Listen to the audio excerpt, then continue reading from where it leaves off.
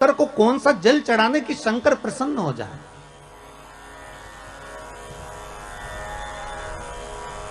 पार्वती, तुम्हारे घर में अगर कोई अच्छा जल रखा हो ना तो एक पात्र भरकर हमको दे दीजिए, तो हम शिव जी को चढ़ा देंगे। और शिव महापुराण की कथा बार बार कहती है कि मंदिर जाओ तो मंदिर का लोटा उठाकर मंदिर का ही पानी भरकर मंदिर के शंकर को मत चढ़ाओ। शिव महापुराण कहती है अगर शंकर को जल चढ़ाना है तो अपने घर का जल लेकर। किसके घर का जल? अपने घर का, दूसरी जगह का नहीं।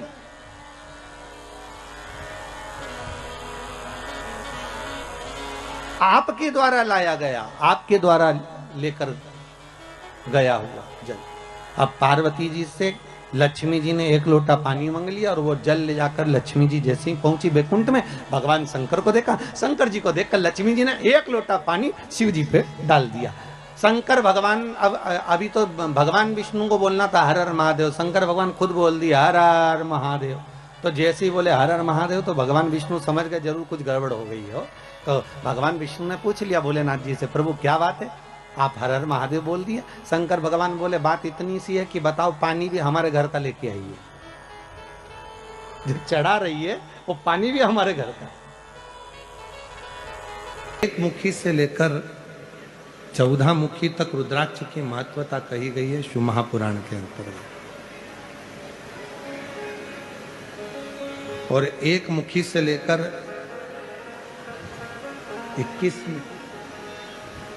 21 मुखी तक स्कंद पुराण में रुद्राक्ष की महत्वता कही गई। और दोनों का महत्व वर्णन किया गया। उसमें 5 मुखी रुद्राक्ष, 7 मुखी रुद्राक्ष एक ऐसे रुद्राक्ष है जिन रुद्राक्ष को मात्र 5 मुखी और 7 मुखी रुद्राक्ष को मात्र आप जब अपने तन पर धारण कर लेते हो तो कोई बड़ा रोग भी अगर शरीर में लगने वाला होता है तो वो दूर हटना प्रारंभ हो जाता है और शरीर को कष्ट से।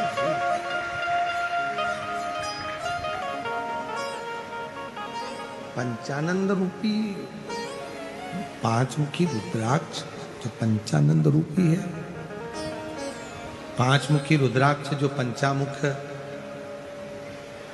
यहां तक स्मरण करिएगा, थोड़ा सा ध्यान दीजिए, थोड़ा स्मरण करिएगा।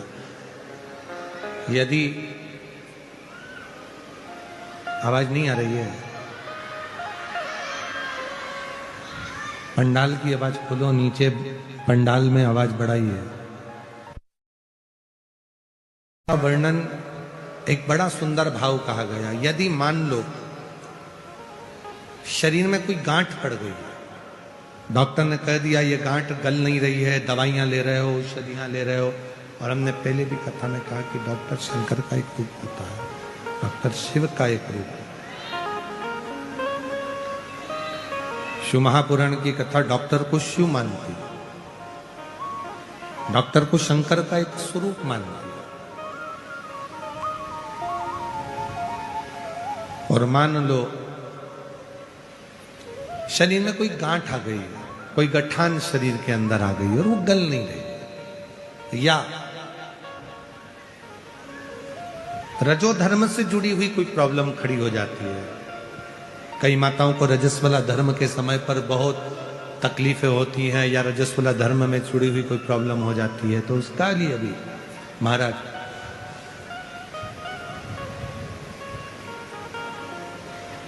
गांठ को गलाने के लिए एक दुर्वा रुद्राक्ष तांबे के कलश में गला दिया जाता है। अगर सीहोर का रुद्राक्ष यदि आपके पास में है तो उसको तांबे के कलश में गलाकर, और उस जल को यदि किसी के शरीर में गांठ है और अगर वो थोड़ा थोड़ा आचमन कर कर रोज 1 चम्मच मात्र प्रतिदिन रोज गलाओ, और 1 चम्मच रोज उस दुर्वा और रुद्राक्ष के जल का यदि वह आचमन करे तो शरीर में जो गांठ होती है वो धीरे धीरे 20 दिन में, 22 दिन में गलना प्रारंभ हो जाती है, शरीर की गांठ गलती।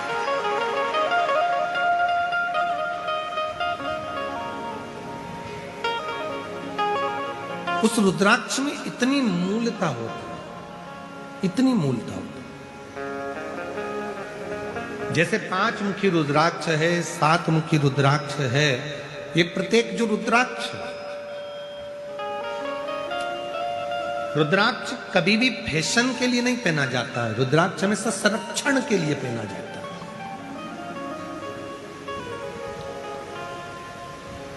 जो लोग विचार करें कि हमने रुद्राक्ष केवल फैशन में पहनना, फैशन के लिए रुद्राक्ष नहीं है, हमेशा संरक्षण के लिए, अपनी रक्षा के लिए, अपनी सेफ्टी के लिए। जैसे पहले होता था कि कर्ण के पास में एक कवच था, किसी के पास, इंद्र के पास वो कवच पहुंचा, लोग कहते हैं कि उनके पास वो कवच था।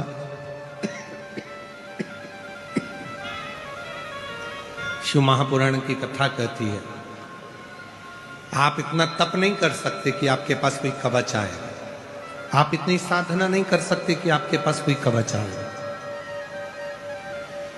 तो भगवान शंकर ने पार्वती जी से कहा कि मेरे नेत्र अश्रु से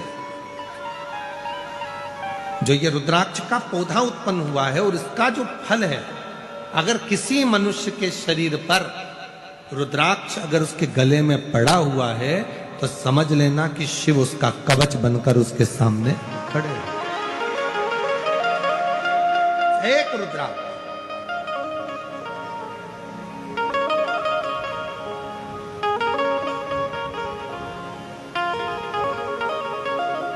इसलिए सारी दुनिया में, संपूर्ण विश्व में सीहोर के रुद्राक्ष की मूलता रहती है। लोग अभी तो रुद्राक्ष वितरण बंद है माँ, जब रुद्राक्ष महोत्सव होता है तो 2 महीने के लिए रुद्राक्ष वितरण बंद कर दिया जाता है। 15 मार्च से रुद्राक्ष वितरण वापिस चालू हो जाएगा, पूरा साल चलता है। कोई विशेष आयोजन होते हैं, कावड़ यात्रा होती है प्रदोष की, तो उसके 2 दिन पहले बंद होता है, 2 दिन बाद तक बंद रहता है। कोई विशेष फंक्शन यदि धाम पर रहते हैं तो रुद्राक्ष को बांटना बंद कर देते हैं, जिससे भीड़ रहती है तो लोगों को तकलीफ ना हो, कष्ट ना हो, उसका स्मरण किया जाता है। एक रुद्राक्ष यदि आप धारण कर रहे हैं तो फैशन से ना करें कि मैंने रुद्राक्ष की माला बनाई है, पहनूंगा, आज का फैशन चल रहा है। ना ना ना, रुद्राक्ष बल देता है, रुद्राक्ष ऊर्जा देता है और रुद्राक्ष हमें कवच प्रदान करता है। कितना सुंदर कहा गया, यदि प्रातः के समय पर, सुबह के समय पर यदि मात्र रुद्राक्ष को हम अपने सीधे हाथ से, गले में पड़े हुए रुद्राक्ष को केवल हाथ में थोड़ी तेजी से उसको पकड़ लेते हैं तो शरीर में अगर दिन भर में कोई रोग आने वाला भी होता है तो वो रोग कट जाता है, वो रोग समाप्त हो जाता है। उस रुद्राक्ष में इतना बल है। एक बात और स्मरण में रहे शमी पत्र की, बहुत एक बात और अपने स्मरण में लीजिएगा शमी पत्र की। जैसे शिवलिंग, जलाधारी और स्थान, जब बहुत ज्यादा मात्रा में दरिद्रता होती है, बहुत ज्यादा मात्रा में बहुत कष्टमय जीवन, जैसे एक बहन ने अपने पत्र में लिखा है कि मैं हरियाणा साइड से आई हूं, उन्होंने अपने पत्र में लिखा है, मेरे को मेरे टिकट करवाने का भी मेरे पास पैसा नहीं था। जिसने लिखा है, अगर वो बैठी हो तो खड़ी भी हो सकती है, कि मेरे पास टिकट कराने का भी पैसा नहीं था और मेरे पास में कोई धन दौलत इतनी भी नहीं कि मैं आऊं। मेरे मायके वालों ने मेरी भक्ति को देखकर, एक कोई उनके परिचित जा रहे थे तो उनका टिकट कैंसिल हुआ तो मुझे यहाँ पर भेजा, मैं यहाँ आई। अब